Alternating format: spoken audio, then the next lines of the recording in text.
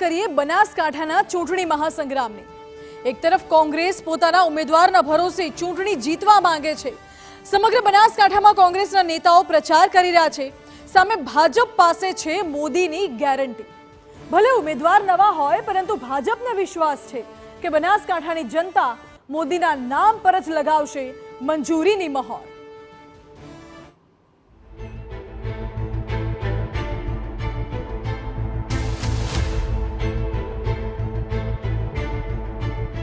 બનાસકાંઠાનો ચૂંટણી મહાસંગ્રામ।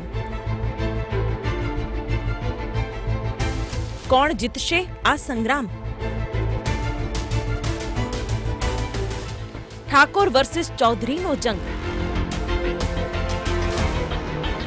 બનાસકાંઠાની જનતા કોની સંગ? ઉત્તર ગુજરાતની બનાસકાંઠા બેઠક પર હાલ સમગ્ર ગુજરાતની નજર મંડાઈ છે। કોંગ્રેસ અને ભાજપે પોતાના ઉમેદવારોની જાહેરાત કરી છે। તે બાદથી જ પ્રચારના મોરચે થઈ રહ્યા છે એકબીજા પર પ્રચંડ પ્રહાર। દિયોદરના ઝાડા ગામે યોજાયેલી ચૂંટણી સભામાં કોંગ્રેસના ઉમેદવાર ગેનીબેન ઠાકોરે ભાજપના નેતાઓ પર નિશાન સાધ્યું।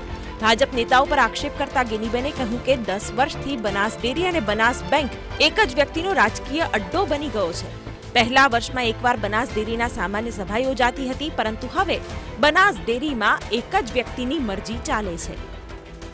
આ છેલ્લા 10 વર્ષથી બનાસ ડેરી ને બનાસ બેંક એ એક જ વ્યક્તિના રાજકીય એક અડ્ડો બની ગયો છે।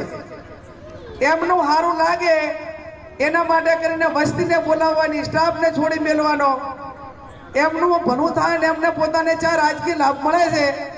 કોઈકને વસ્તી બતાવવાની હોય, પહેલા તો પ્રતિભાઈના બધા ચેરમેનો હતા। વરમાં એક વખત ડેરીની મીટિંગ થતી, સાધારણ સભા, એક વખત ડેરીની થાય ને એક વખત બેંકની થાય। આ વરમાં એક મીટિંગ થતી। હવે તો ડેરીનો સિસ્ટમ એવો થઈ ગયો છે કે ભાજપનો જેટલો નેતા આવે, અમારા ગામની અંદર ડેરી અમારા કુટુંબ જ છે, એટલે અમારે 15 જણા કમિટમેન્ટ જ કરેલા છે કે તમારે જાર બોલાવે ત્યારે જવાનું।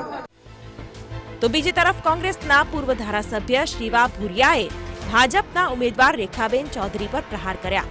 ભાજપના ઉમેદવાર પર કટાક્ષ કરતા શિવા ભુરિયાએ કહ્યું કે ભાજપે પ્રોફેસરને ટિકિટ આપી છે, રાજનીતિ તેમનું કામ નથી।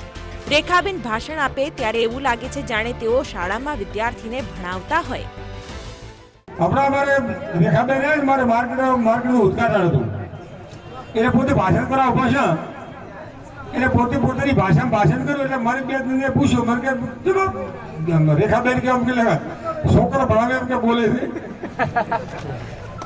એટલે મેં કીધું બેન જગન્ના કોલેજમાં પ્રોફેસર છે અને છોકરો ભણાવે છે, એટલે આખી જિંદગી જ્યારે આખી જિંદગી જે ધંધો કર્યો હોય ત્યારે એ જ ભાવે, કારણ કે અમારે રાજકીય ભાષણ કરતા ભાવે, પણ આપણે તમે ગમે કોઈ શિક્ષકને પકડી લાવો ને તો એનું તો ભણાવતો જ આવડે, બીજું કોઈ આવડે કે? બનાસકાંઠા બેઠક પર ઠાકોર સમાજ બાદ ચૌધરી સમાજનો દબદબો વધુ જોવા મળે છે, જેથી ભાજપે એક મહિલા ઉમેદવાર તરીકે રેખાબેન ચૌધરીની પસંદગી મહિલા વોટ બેંકને ધ્યાને રાખીને કરવામાં આવી છે, કારણ કે બનાસકાંઠા જિલ્લો સૌથી વધુ પશુપાલન અને ડેરી ક્ષેત્રે મહત્વનો માનવામાં આવે છે અને મોટા ભાગે મહિલાઓ આ વ્યવસાય સાથે સંકળાયેલી છે। એશિયાની સૌથી મોટી ડેરી ગણાતી બનાસ ડેરી દૈનિક 70 લાખ લીટરથી વધુ દૂધ એકત્ર કરે છે। દૂધ પ્રોડક્ટોના વેચાણ થકી 12,000 કરોડનું ટર્નઓવર ધરાવતી બનાસ ડેરીએ જિલ્લાની કાયા પલટ કરી દીધી છે। રેખા ચૌધરી ગલબાભાઈના પૌત્રી છે। ભાજપને વિશ્વાસ છે કે ડેરીની કામગીરી અને વડાપ્રધાન મોદીના કાર્યોથી તેઓ બનાસકાંઠાના ગઢને ફરી એકવાર જીતવામાં સફળ રહેશે। માત્ર નરેન્દ્ર મોદી દેશના પ્રધાનમંત્રી થવાના છે, એમાં કોઈને શંકાને સ્થાન નથી।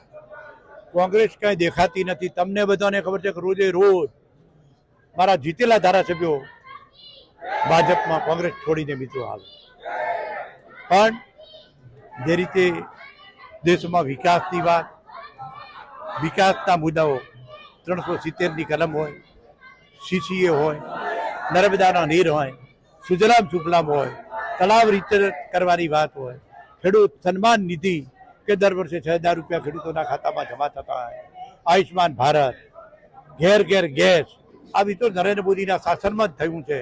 ઘેર ઘેર નળ સે જળ, આ બધા કામો જ્યારે થયા છે ત્યારે નરેન્દ્ર મોદીને લક્ષ્ય રાખીને, રાષ્ટ્રના હિતમાં, રાષ્ટ્રની એકતા અને અખંડિતતાને નજરમાં રાખીને આ બીજો ચૂંટણી પ્રચાર થઈ રહ્યો છે।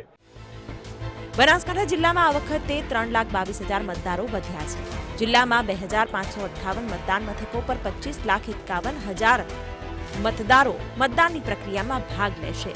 ચૌધરી અને ઠાકોર વિરુદ્ધની લડાઈ હાલ બનાસકાંઠામાં જામે છે. ત્યારે આપને બતાવીએ બનાસકાંઠામાં કેવા છે જાતિના સમીકરણ જે હાર અને જીત નક્કી કરી શકે છે. બનાસકાંઠાના જ્ઞાતિગત સમીકરણોની વાત કરીએ તો અહીં ક્ષત્રિય ઠાકોર સમાજના મતદારો નિર્ણાયક છે. મતદારના સંખ્યાબળની દ્રષ્ટિએ અહીં 4,50,000થી વધુ મતદારો ક્ષત્રિય ઠાકોર સમાજના છે, જ્યારે બીજા ચૌધરી સમાજના 2.5 લાખ જેટલા મતદારો છે. આ બેઠક કુલ 25,51,000 મતદારો ધરાવે છે.